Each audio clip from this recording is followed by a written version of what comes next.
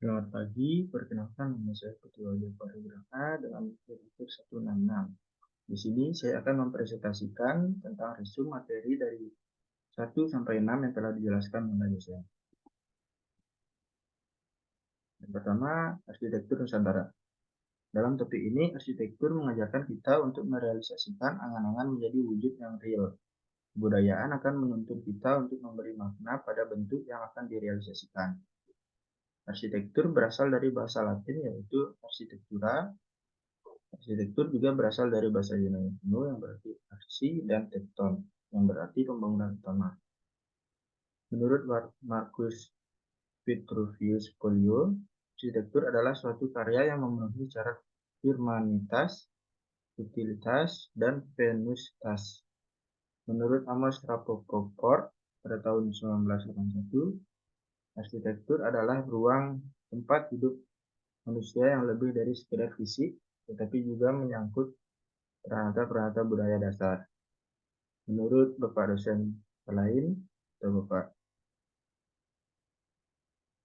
dosen lain, menurut Bapak dosen lain pada tahun 2023, arsitektur merupakan upaya manusia melalui akal dan dayanya dalam melindungi dirinya dari tantangan alam, sesama, dan keyakinannya yang diwujudkan berupa bangunan. Arsitektur Nusantara tradisional, yaitu arsitektur yang berlangsung dari tahun ke tahun dengan sedikit perubahan. Tradisi dapat berupa pertama ideologi, kedua kepercayaan, ketiga pengetahuan, keempat alat, kelima bahan, keenam tukang, ketujuh pedoman, ke-8 ritual, dan 9 dimensi, dan lain-lain. Ciri arsitektur Nusantara Indonesia yaitu memiliki tritisan yang lebar, lalu terbangun sebagian besar dari kayu, lalu memiliki kolong panggung, lalu hubungan atau sambungan dengan ikatan tali, pasak, dan paku kayu atau bambu. Menggunakan sendi, timpa, mudah dibongkar dan dipasang kembali. Arsitektur Nusantara tradisional. Pola pemukiman Nusantara tradisional. Pertama, berada di kawasan pedesaan. Kedua, berada di puncak atau lereng bukit atau ketinggian. Ketiga, berada di sepanjang aliran sungai. Yang keempat, berada di sepanjang jalan atau kanal. Lalu tipe rumah tinggal Nusantara tradisional. 1, rumah kolong atau panggung. 2, rumah dibangun di atas tanah. 3, rumah terapung. Selanjutnya, arsitektur Bali.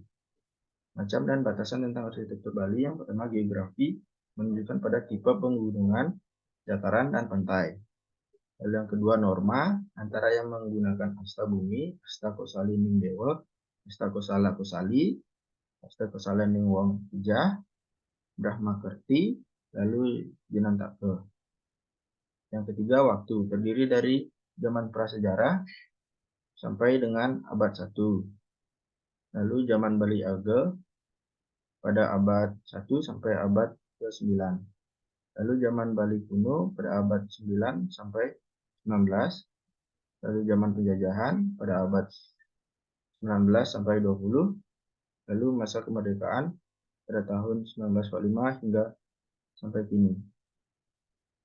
Lalu yang keempat, stil antara lain Bali Utara, Selatan, atau dikenal juga dengan sebutan stil Buleleng, Badung, Gianyar, arsitektur tradisional Bali, stil Jawa, kolonial, modern, pasca modern, regionalisme, dan sebagainya.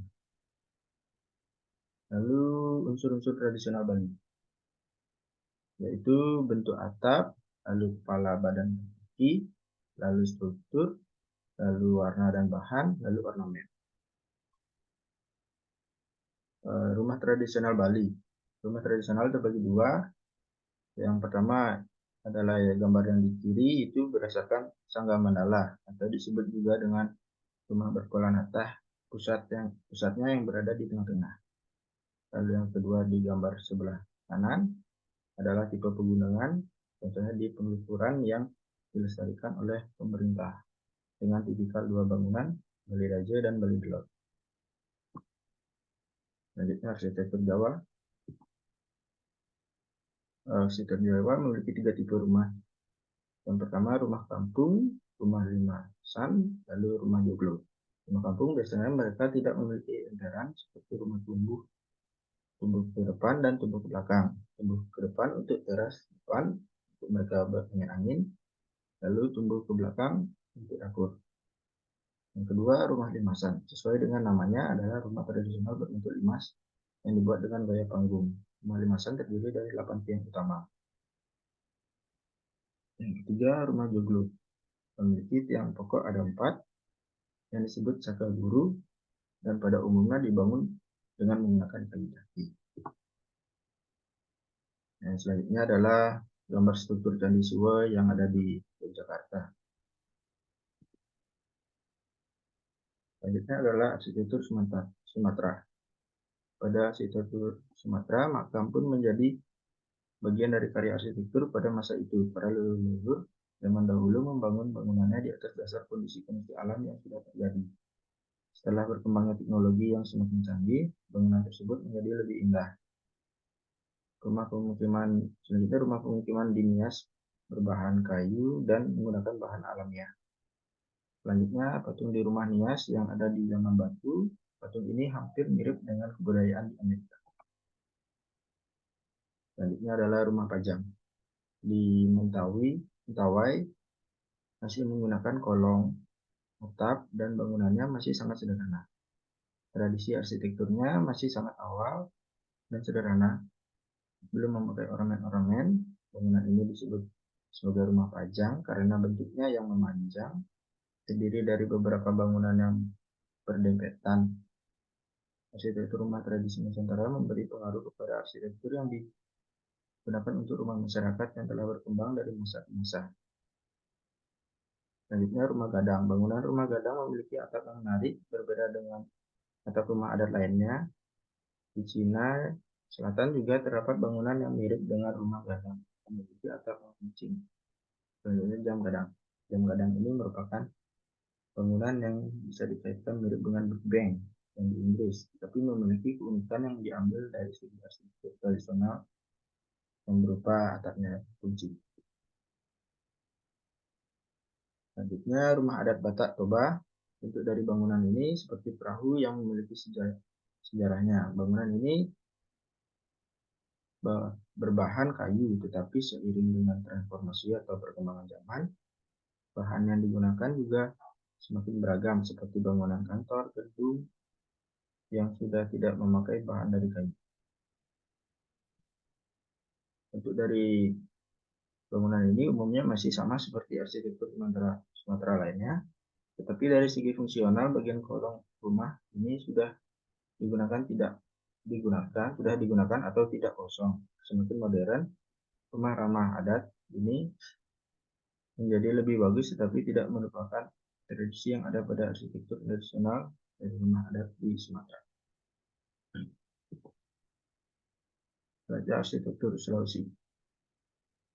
Yang pertama arsitektur Makassar. Di Makassar terdapat ciri khas yang disebut sampu layang untuk membedakan identitas status sosial. Jika jumlah sampu layang 5, maka pemiliknya berasal dari bangsawan. Jika 3, maka orang merdeka, dan 1 orang budak. Selanjutnya rumah adat Bajo. Di Bajo, konstruksi rumahnya bisa dibilang sangat pendek tetapi sangat diperhitungkan. Bangunan seperti model tiang pancang yang memakai kayu.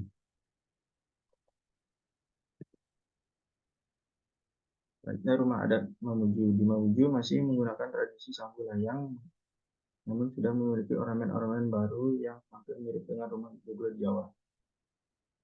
Arsitektur Toraja. Rumah Toraja dibangun dengan prestasi dan berlandaskan makna kosmologi. Wajah depan rumah selalu berada pada sisi utara, menghadap utara, berarti asosiasinya pada Sang Pencipta Puang Matua. Berbagai ornamen yang melengkapinya sekaligus menjadi gambaran struktur sosialnya. Arsitektur Manado. Di Manado masih menggunakan tradisi arsitektur Sumatera. Pada bangunan ini terdapat banyak tangga di bagian tengah, kanan, dan kiri yang berfungsi untuk jalan masuk orang ke rumah tersebut. Selanjutnya arsitektur Kalimantan. Rumah Bajo, rumah yang bangun di daerah perairan ini memiliki kolam yang tertanam dalam air, sehingga tidak dapat mengapung seperti rumah terapung di Palembang. Selanjutnya rumah Lamin, rumah ini merupakan kumpulan halaman yang kenal sebagai longhouse. Setiap Lamin memiliki ukuran yang bervariasi seperti panjang di antara 100-200 meter dan lebar 20-25 meter, mampu menampung hingga 60 keluarga. Selanjutnya rumah Banjarmasin, rumah-rumah di Banjarmasin sering mengadopsi bentuk tradisional dengan menekan identitas budaya melalui desain atap yang khas. Dan arsitektur Kalimantan Tengah, Palangkaraya, di Sungai Kahayan, Palangkaraya terdapat rumah-rumah terapung yang juga dikenal sebagai alapung. Ketika air sungai naik, pemilik rumah harus menarik rumah mereka ke tempat yang lebih dangkal untuk menghindari banjir. Selanjutnya arsitektur Lombok. Yang pertama rumah Senaru, rumah yang terletak di Gunung Rinjani, daerah Senaru. Rumah ini memiliki atap yang dirancang untuk meredam panas. Yang kedua rumah Sasak, rumah tradisional yang memiliki bentuk persegi dan berbeda secara signifikan dengan vernakular karena tidak dibangun di atas tiang pacang. Sebaliknya, rumah ini memiliki atap yang curam dengan lapisan ilalang yang tebal.